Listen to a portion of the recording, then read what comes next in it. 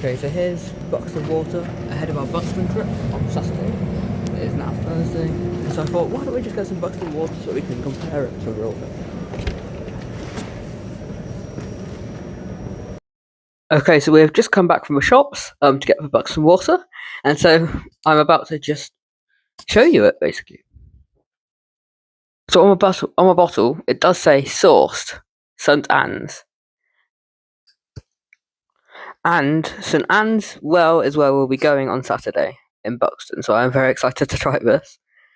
Yeah, I'm just very, very excited to try some Buxton water from the well and then compare it to the actual Buxton water. And you never know, I may even return some of Buxton water to the source by pouring it down the little sink at the bottom. So yeah, very excited. But it is still Thursday, but for now, let's cut to a shot of Saturday morning. Okay, so hello, Henry from Thursday. It is Saturday, and we've just set off, and we've stopped off for petrol somewhere. It's looking like a 3-hour and 20-minute drive.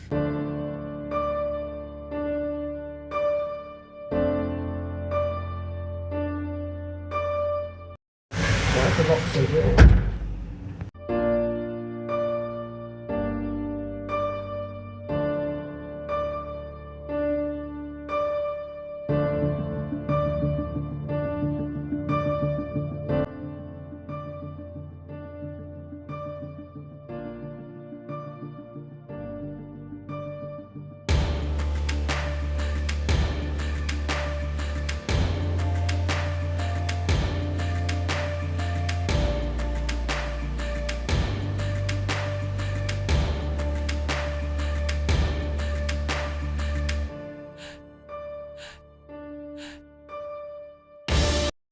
Hello, we are right here at the top of the high peak, I'm pretty sure.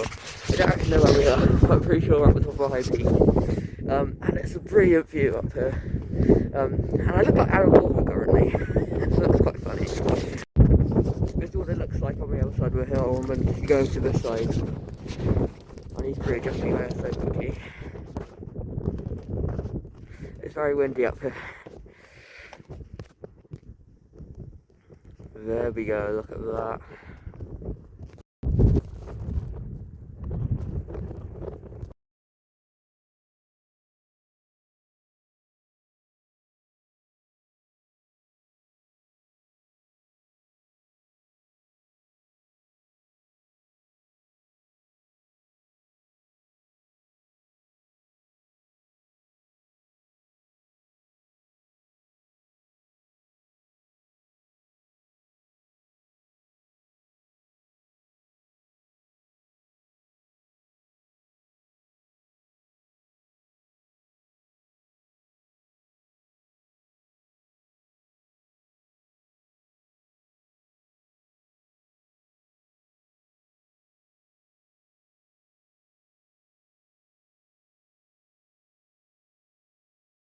It's so windy currently, but really, really nice. The view up here.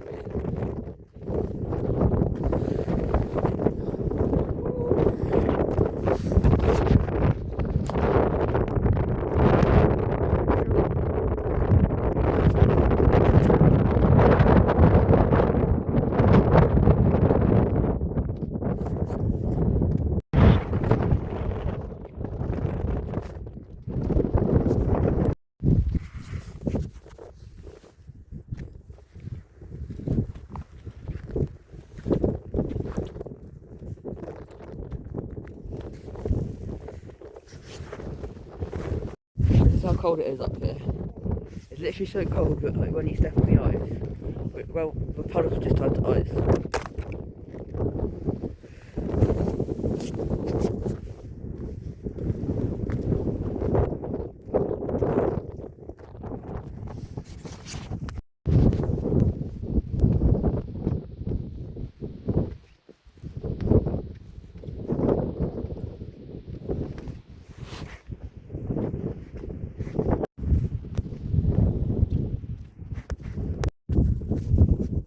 There's so much frost everywhere, including on the ground, because it's so cold up here. Like we've just come down the mountain, but it's still very cold. Or hill, I guess you could call it.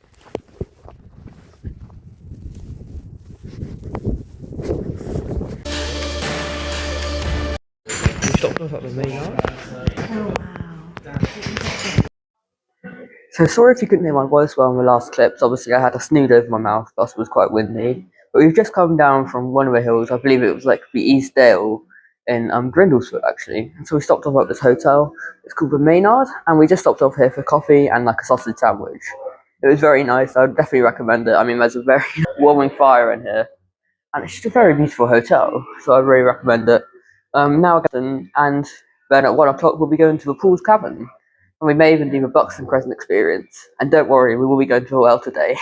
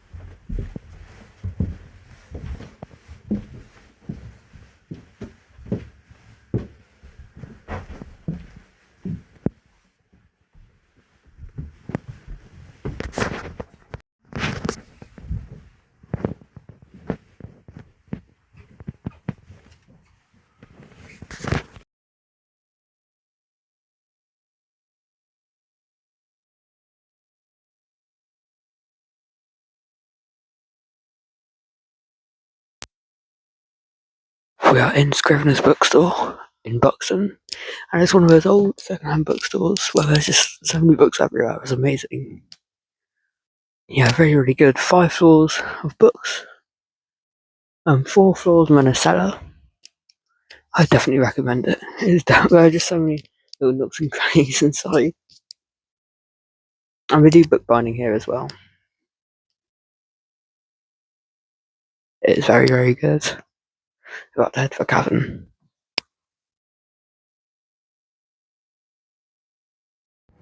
The cellar. A very old room with Victorian books and old machinery. The shop is here since 1896. 5 floors and multiple different stores within. Yeah. These are old items found within this shop. So cool.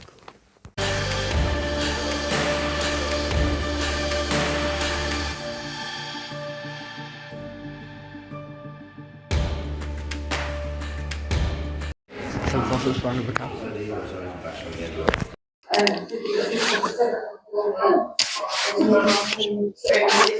Some other fossils. A bale found in 1894. The cavern was actually illuminated with gas lights until 1965. Very dangerous because it's very flammable. The cavern got its name from an outlaw called Poole. And the Poole family of Partington owned the land in Buxton in 1432, so it may have been the cave itself. But another Poole family son, William, kidnapped a wealthy widow in 1437, but never stood trial, so could have had out here.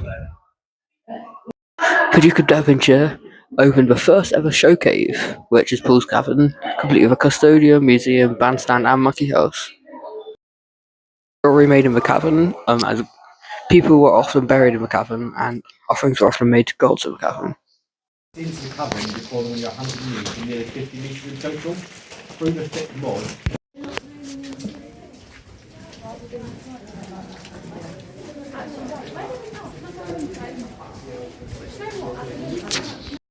They were pocketing the items, taking them for themselves. And it does get even worse after that. Of the 3,000 we've given after the dig, we let most of them to the Buxton Museum because we had no space. When we asked for them back, they just said no. And it gets even worse. As of last summer, the Buxton Museum permanently closed, and they still won't give us our artefacts back. So of the 4,000 units they found in just this area, you can now only see about 200. Then, whilst doing that dig, in this little hole you can see over here, this is where we ended up finding the inside here we found ox, pig, goats, chicken, cow, and horse bones. So they're assuming this was a campfire, and if it was a campfire, it would only been lit during the winter, and that has nothing to do with temperature. It won't be nothing hard, I promise, it'll just be water. I know, it must be some storm.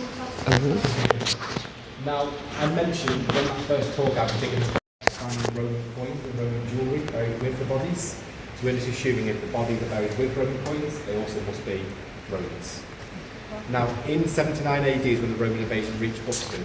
How many of you guys in the centre of town at all? He was a wanted man.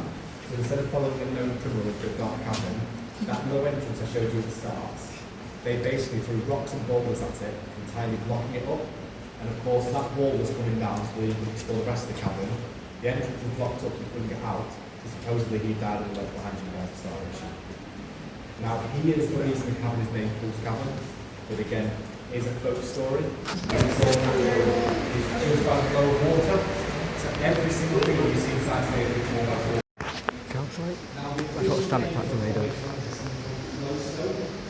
Basically because numerous of these short stories. You've got like 5 centimetres in the mass, 1 centimetre over 100 years, and it's 67 foot.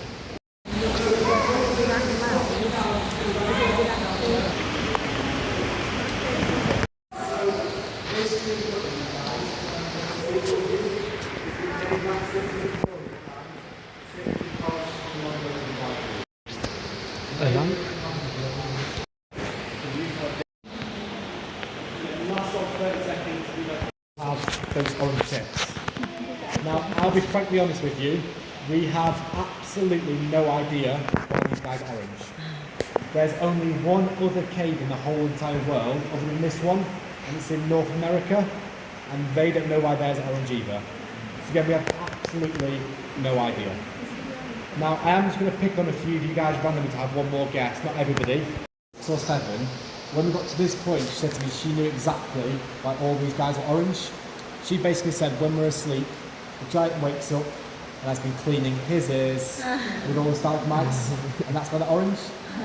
And then if you look just up here, I think it looks better without a torch. People say they see a little bit of a skull. Oh, yeah. So again, 2 eyes in the mouth. Again, it's quite hard to see. But just up here. And then the last one, just down at the bottom. Some guys like to call this the cupcake, but I think it looks more like a little cottage, a little chimney sat on top. Now, for you guys at the bottom, just wait there, I'm going to show you something just behind you, then we'll move on to the last stuff. Solomon's Temple is above us. The reason why these stalactites grow so quickly is because there's a lime factory which dumped all their lime waste with a bunch of calcium on top. These are back because some people touched them before and so they died, but these used to be made of calcium. Very hard, you know? It's because fingernails are made of calcium. Lockheed, London, 1609. So you've also got 1666 just written just above as well. You guys, you have missed it. When this is dry, the whole entire thing sparkles. Now I can show you a few of the sparkles. There isn't many. If you look just on the wall here, you can suddenly see a few of them. So usually what those sparkles, you can see every single little bit of this formation in front of you guys sparkles. Now, this is the last stop of the tour, and the reason for that, if you look up to the ceiling, you can see the ceiling's partially collapsed. Yeah. So all of these boulders here, all of these, and this one, are just the boulders that fell from the ceiling when it collapsed. Wait, were they used to be for here? Sorry, go on, what you say? No, so they don't know exactly when it collapsed, but they estimate this formation to be about 15,000 years. Will allow the people of the UK to name this. Now, before I tell you what they chose is absolute rubbish. What do you guys think it looks like? Which is still better than what Blue Peter chose. After 6 months, they decided to call this Frank. Worse, the sculpture.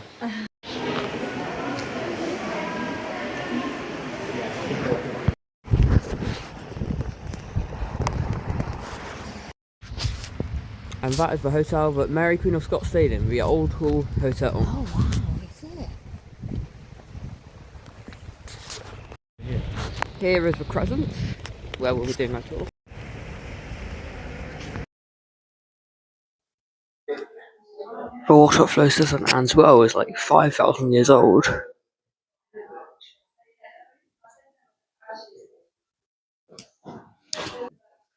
Basically, the Romans built public baths on the site of a sacred spring.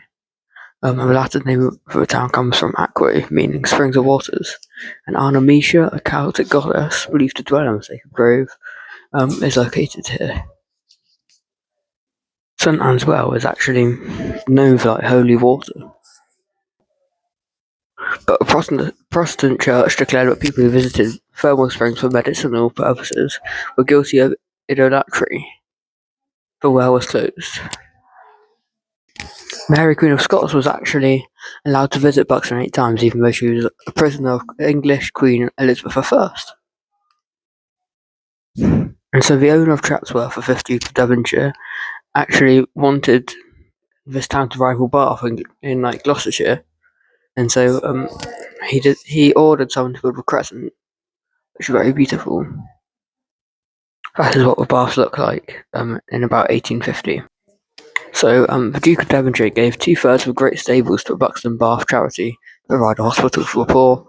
By 1879, the entire building had been converted into a 300-bed hospital and a magnificent dome, which was the biggest in the world at the time. And the hospital continued to function, getting smaller and smaller until 2000 when it closed.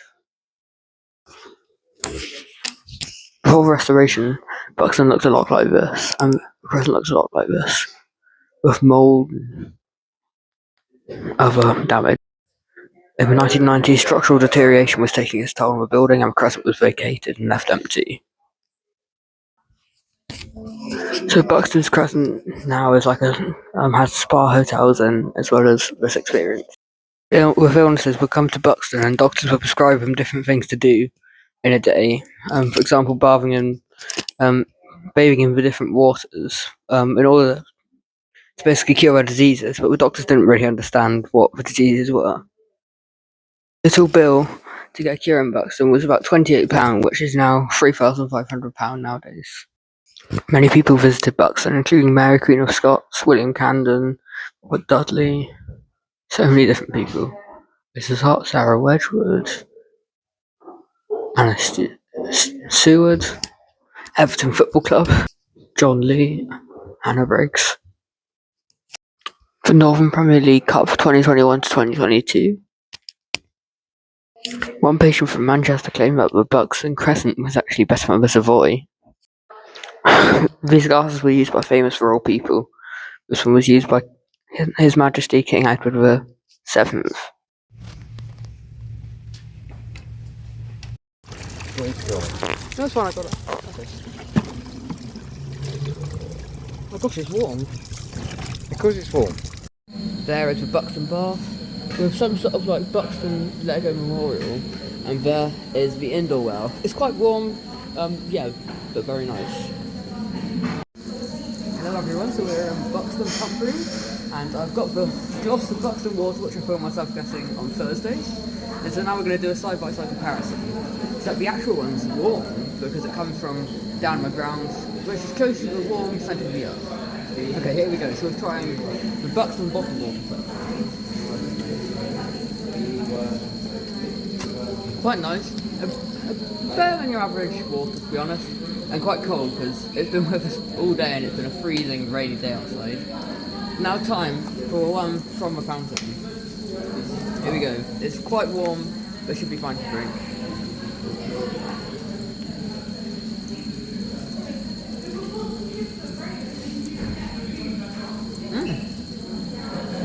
It's quite metallic, you know. I can taste like the minerals inside. Very nice. Yeah, very cool. Thank you very much for watching. Here's a model of a crescent. And down there is the warm well. This is where the Buxton Bath is.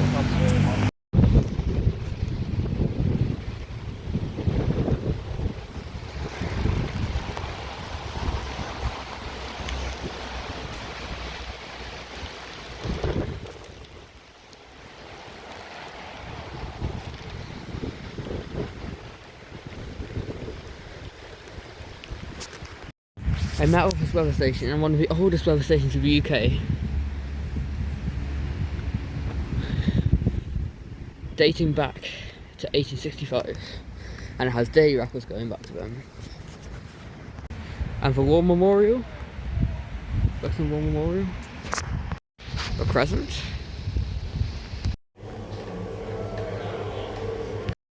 The satisfying sound of slippers on a Premier Inn carpet.